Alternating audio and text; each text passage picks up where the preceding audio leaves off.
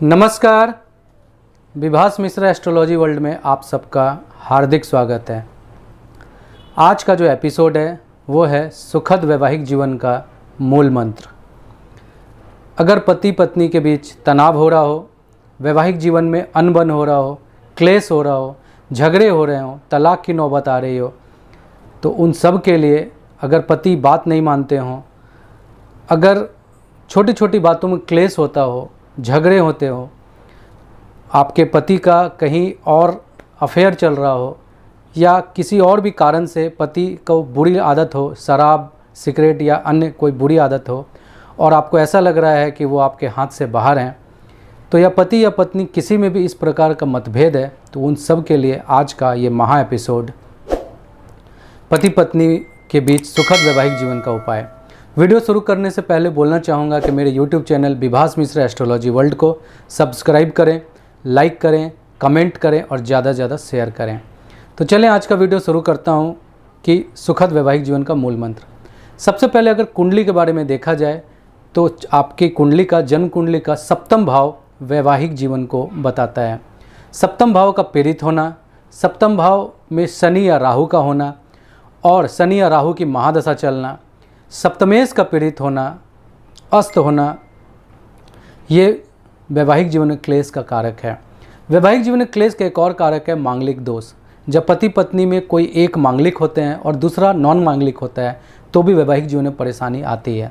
मिसाल के तौर पे पति मांगलिक है और पत्नी मांगलिक नहीं है तो ऐसा स्थिति में भयंकर मतभेद और तोड़फोड़ की स्थिति आ जाती है। पत्नी मांगलिक हो और पति मांगलिक नहीं हो तो ऐसा स्थिति में देखा जाता है कि विवाह के चंद वर्षों के बाद पति को मधुमेह रोग, डायबिटीज, हाई ब्लड प्रेशर या कोई बड़ा दुर्घटना भी हो जाता है। तो पति पत्नी का सुखद वैवाहिक जीवन के लिए सबसे पहला उपाय कुंडली मिला के शादी करें और पति पत्नी में से कोई एक भी मांगलिक है तो दूसरे का भी मांगलिक होना आवश्यक है। दूसरा, भकुट और नाड़ी दोष। आमतौर पे जब कुंडली मिलान किया जाता है तो भकुट और नाड़ी दोष परम आवश्यक है। पति पत्नी के बीच शारीरिक संबंध कैसा रहेगा इसके लिए भकुट दोष देखते हैं और संतान होगी कि नहीं इसके लिए नाड़ी दोष देखते हैं। तो याद रहे ये भी भकुट और नाड़ी दोष नहीं होना चाहिए, कम से कम 18 गुण मिलना चाहिए। ये सारा चीज़ मिलने के बाद हम लोग आते हैं बाकी उपाय पे।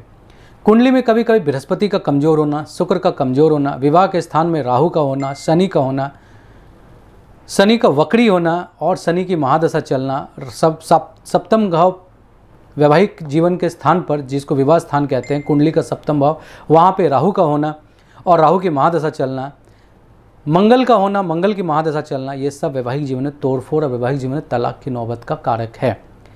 अगर सप्तम में राहु शनि है, मंगल है तो सिर्फ क्लेश होगा, पर अगर सप्तम में राहु शनि मंगल है, इसमें से कोई एक भी ग्रह और इनकी महादशा चले तो तलाक की संभावना 100% बन जाती है। अगर कुंडली में बृहस्पति अच्छा है तो तलाक टल जाता है।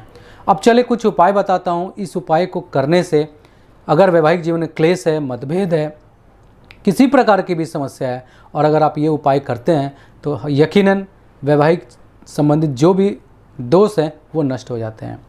तो सबसे पहला उपाय, पति पत्नी जो भी ये एपिसोड देख रहे हैं वो ये महा उपाय को करें और आनंदित हो जाएं।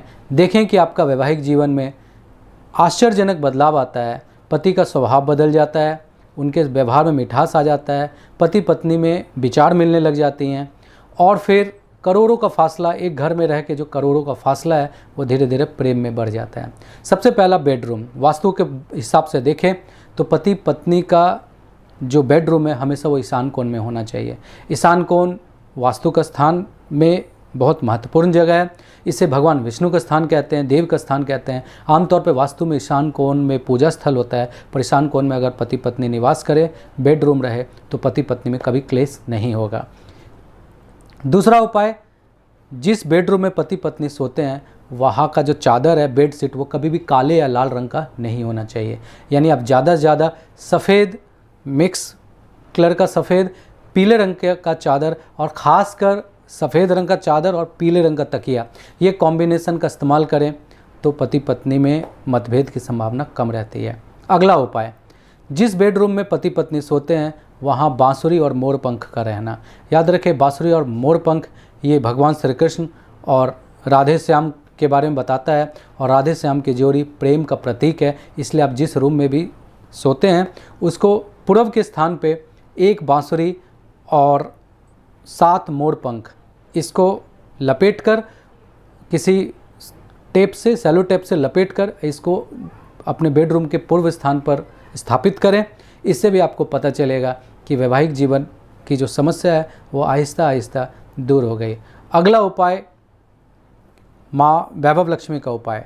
शुक्रवार के दिन अगर आप उपवास करते हैं, माँ लक्ष्मी को खीर का भोग चढ़ाते हैं, किसी सुहागन को सुहाग संबंधित सामग्री का दान करते हैं, तो इससे भी देखा जाता है कि वैवाहिक जीवन में जो क्लेश है, जो मतभेद है, वो आहिस्ता आहिस्ता दूर हो रहा है। अगला उपाय मंत्र के बारे में बता रहा हूँ। अब तक तो जो उपाय बताया वो बेडरूम या वास्तु के हिसाब से बताया। अगला उपाय मंत्र के बारे में बताता हूँ। एक महामंत्र भगवान श्री कृष्ण का, गोपी जन वल्लभाय स्वाहा। ये मंत्र A4 साइज़ का पेपर लें, घी और सिंदूर से ये मंत्र लिखें, गोपी जन वल्लभाय स्वाहा, और ये मंत्र को लिख के बृहस्पतिवार के दिन भगवान श्री कृष्ण का जो तस्वीर है उसके ठीक नीचे इसको स्थापित करें। एक शहद की डिबिया लें, शहद की डिबिया में शहद का एक छोटा सा बोतल, उसमें शहद भर के उसमें अपना और अपना पति देव का नाम एक कागज़ की टुकड़ी में लाल रंग से लिखें, और उस कागज़ की टुकड़ी को शहद में डुबाकर पूजा स्थान में भगवान श्री कृष्ण के पास रख दें। जैसे जैसे शहद में वो कागज़ का टुकड़ी घुलेगी, पति पत्नी के बीच शहद के समान प्रेम बढ़ता चला जाएगा, और वो मंत्र ओम गोपीजन वल्लभाय स्वाहा का जाप करें। भगवान श्री कृष्ण के सामने ये प्रार्थना करें कि हे भगवान, मेरे और मेरे पति के बीच में जो भी क्लेश है वो ख़त्म हो जाए, और इसके साथ ये मंत्र का जाप करें, गोपीजन वल्लभाय स्वाहा। मंत्र संख्या 1000 बार इस मंत्र का जाप करें, सुबह 1000, रात को सोने से पहले 1000। इससे वैवाहिक जीवन का क्लेश 100% खत्म हो जाएगा। इसके बाद अगला उपाय, शहद और काजल। शहद लें, 1 डिबिया शहद लें, और थोड़ा काजल जिसको सुरमा कहते हैं वो लें। उसको शनिवार के दिन शाम के समय किसी सुनसान जगह में मिट्टी, ज़मीन की मिट्टी को खोद के शहद और काजल को दबा दें। इससे भी वैवाहिक जीवन में जो क्लेश है वो ख़त्म हो जाती है। अगला उपाय, बांसुरी। जो बांसुरी आती है बाज़ार में उसे लें, पर उसे बजा के नहीं देखें, उससे बांसुरी जूठा हो जाएगी। उसमें चीनी भर दें। चीनी भरने के बाद इसे भी आप जाके किसी सुनसान जगह में दबा दें।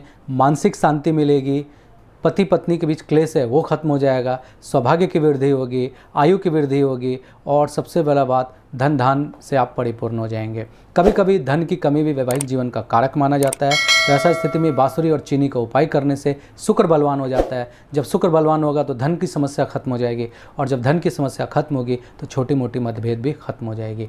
उम्मीद करता हूँ कि ये सारा उपाय आपको पसंद आ रहा होगा। ये सारे उपाय शोध हैं, सटीक शोध का परिणाम है। ये सारा उपाय को करें, लाभ उठाएं, ज़्यादा से ज़्यादा लोगों के साथ इसको शेयर करें, और आपके छोटा सा प्रयास से और मेरे छोटे से प्रयास से अगर किसी का टूटता हुआ वैवाहिक जीवन बन जाए, बिखरता हुआ जीवन संवर जाए, तो इससे बड़ा पुण्य का और कोई काम नहीं है। आज्ञा दे विभास मिश्रा को। नमस्कार।